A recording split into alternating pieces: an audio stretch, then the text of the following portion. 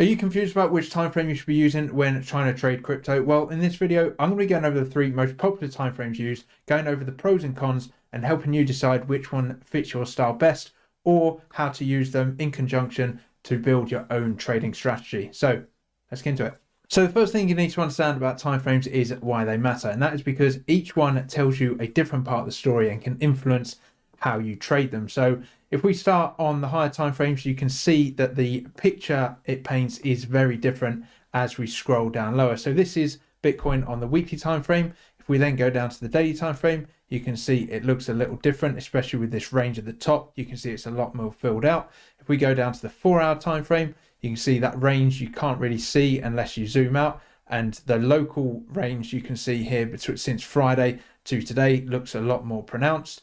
On the 1-hour time frame, you can see a very different picture. Things start to look a little bit more parabolic, this move that was started on Saturday evening. And if you go right down to the lower time frames on the 5-minute time frame, you can see that this looks like an extremely parabolic move, as I say, that started over the weekend. But when you zoom out, you can see it's not all that great on the daily time frame. So the time frame you're on has a big influence on how you're going to trade and what kind of picture it is presenting. So on the higher time frames, generally better for being able to spot trends, and the support and resistance levels are a lot more respected and can be relied upon a lot more. And that's because a lot more time has been put into creating those levels and more eyes are on them, and there's a lot more buying and selling in those areas. So for example, you can see on the weekly time frame for Bitcoin, we've got these two big levels of 60k and 30k, and you can see just how well these have been respected as both support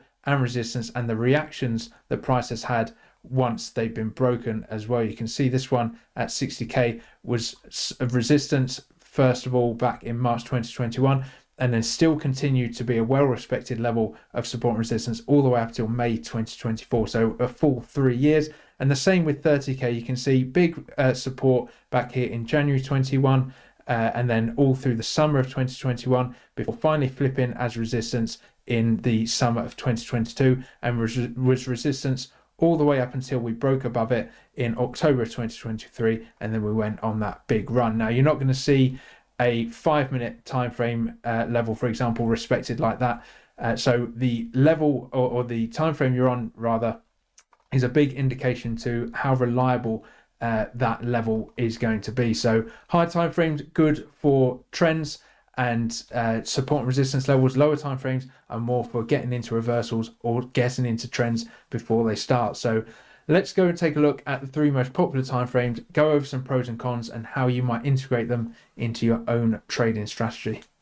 Now, before we discuss the three time frames, let's quickly go over the categories of trader that you're likely to fall into. So there's three main ones, which are positional, in which case you're going to be in a trade for weeks to months, swing trading, which you're going to be in a position for days to weeks, and then scalping / intraday trading, in which case you're going to be in and out of the trades within the same day. Now, these are just sort of rough categories that you're going to end up probably falling into. It's not hard and fast set rules. That is all down to your personal trading strategy and your lifestyle, and depending on that is going to dictate on which time frames you're going to want to focus on. So in terms of the three main ones, there's the daily time frame, the 4-hour time frame, and the 1-hour time frame. Now, pros and cons of the daily time frame: very good for swing trading and assessing directional bias. If you go check out our video on market structure, you can see that in more detail. I'll link that in the video at the end. It's got clear structure, which filters out all the noise. As I say, you can clearly see trends and structure forming on the daily time frame. Support and resistance levels can be relied upon a lot better than they can be on the lower time frames. It's kind of an intermediate level or an intermediate time frame, the daily time frame. It's obviously lower than the higher time frames like the weekly and the monthly, but higher than the hourly time frame. So it's a nice intermediate, really good for spotting those trends, plotting those support and resistance levels, etc. The only trouble is you can miss out on moves if you're waiting for confirmation, depending on your time zone. So over here in Europe, the daily time frame closes at midnight, so we're often asleep for when the daily candle closes. So if there's an important one in which it's going to invoke a reaction, by the time we wake up, like on the day that this has been recorded, this Monday the 24th of March, we've seen a big move overnight, and so we've missed out on that. So depending on which time zone you're on, or depending on what you're waiting to happen. Sometimes the confirmation of a daily candle close can mean you miss out on moves, but that is just part of the game. There's never going to be a perfect time zone or a perfect trading strategy, etc. So it's just part and parcel of the game. Now moving down to the 4-hour time frame, really good for swing trader entries or for day trading. So as you're going to show you in an example in a minute, you can use the 4-hour as your entry and exit based upon the directional bias that you've built upon the higher time frames, such as the daily. You can spot breakouts before they happen on the higher time frames, as we're going to show you in a minute. And the support and resistance levels are fairly reliable. Again, the higher time frames are better, the lower time frames are worse. So the lower you go down, the less reliable they get. And when you get down to the 1 hour, again, support and resistance levels really aren't that reliable, but they are good for entries and exits, both for trades that you've built on the higher time frame, so potential breakouts of higher time frame levels, but also for marking out levels for the lower time frame. So the 5 and 15 minutes for those scalping levels, the 1 hour can give you a nice directional bias for those lower time frames and some decent support and resistance levels, again, for those lower time frames as opposed to the larger trends. The trouble, of course, with the 1 hour is that it is a very noisy time frame, so it can be very difficult to really judge what's happening. So that's why you have to zoom out and take a look at those larger time frames like the daily and the 4 hour. Now let's go take a look at the chart and show you an example of how you can use these time frames in conjunction with each other as part of a trading strategy. So for this example of how to combine time frames to identify potential trading opportunities, I'm on the AVAX USDT chart, and you can see I've got a few weekly levels marked out, key levels that have been respected as support and resistance. So including this level down here at $17.73, which has been a level all the way back from May 2023, well respected and a decent level. And you can see that we actually wicked well below it at about $15.30 and then zipped up and held it as support, indicating that a potential bottom may well be in, similar to what happened back in August of 2024, and a potential mean reversion trade back up to the resistance level of $23.54, which was the previous support which we'd lost the week before. So if we go down to the daily time frame, you can see that there were some clues to suggest that we may well be playing out. So you can see these subtle higher highs and higher lows that we were forming as last week progressed, and also the fact that we'd broken out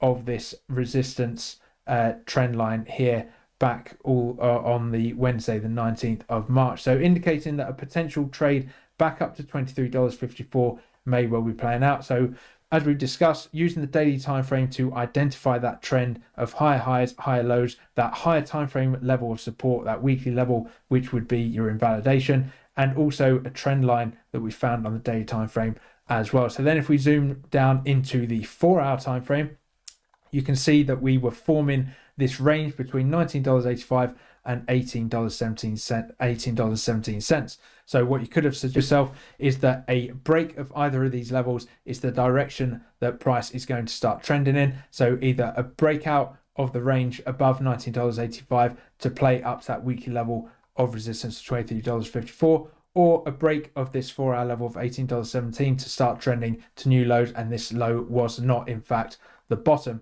And then you could go down to the 1 hour time frame to use as your execution level. So if you go down to the 1 hour time frame and you wait for a 1 hour candle close above or below the respected level, so either a 1 hour candle close above $19.85 to go long, or a 1 hour candle close below $18.17 to go short. Now, of course, not every trade is going to be perfect. You can see we did actually get a bit of a fake out here back on Wednesday the 19th. So we got a candle close above and then we deviated back inside and it traded all the way back down. But of course, no trading strategy is going to be perfect, and it's fine to take a couple of losses as long as your risk management is on point, as we've talked about in previous videos. But if we take a look at this example that would have played out early hours of this morning, again, unfortunately, if you're in the Europe, UK, you'd have probably missed this opportunity as I did as I was sleeping. But as an example, you can see you got that 1 hour candle close above the 4 hour level of resistance. Your stop loss could have just been nice and tight, which would have been below the original breakout candle, And then if you were playing it up to that weekly level, you can see that the risk reward is about an 8-to-1, which would be a fantastic little trade. And if you zoom out onto the daily and weekly time frame, it looks like a very realistic trade as well. So finally, let's go over some common mistakes that people will often make, which hopefully, having watched this video, you won't. Now, people will often trade without a proper trading plan or strategy, and they'll trade without that dominant time frame that they use for a directional bias. And instead, what they'll do is they'll act out of emotion, either fear or FOMO of what's happening on those lower time frames, as opposed to what's happening on the larger time frames. So whether that's in entries or whether they're already in a position as well, what they'll do is they'll see something happening on the lower time frames, panic, get out of the position, and they could have profited a lot more. Now, what you want to do, as we talk about in our risk management video, which I'll link at the end, is you want to have a proper trading plan, strategy, why you're entering that trade, what are the conditions, what's your target, what's your stop loss, and then set and forget. Once you're in a position, then you just want to focus on that dominant time frame that you use for directional bias, as opposed to looking at what's happening on the lower time frames. So hopefully you found the video useful. If you did, drop a like and subscribe, and also let us know in the comments below what type of trader you are and what time frames you tend to focus on. Hope you enjoyed, and I'll see you on the next one.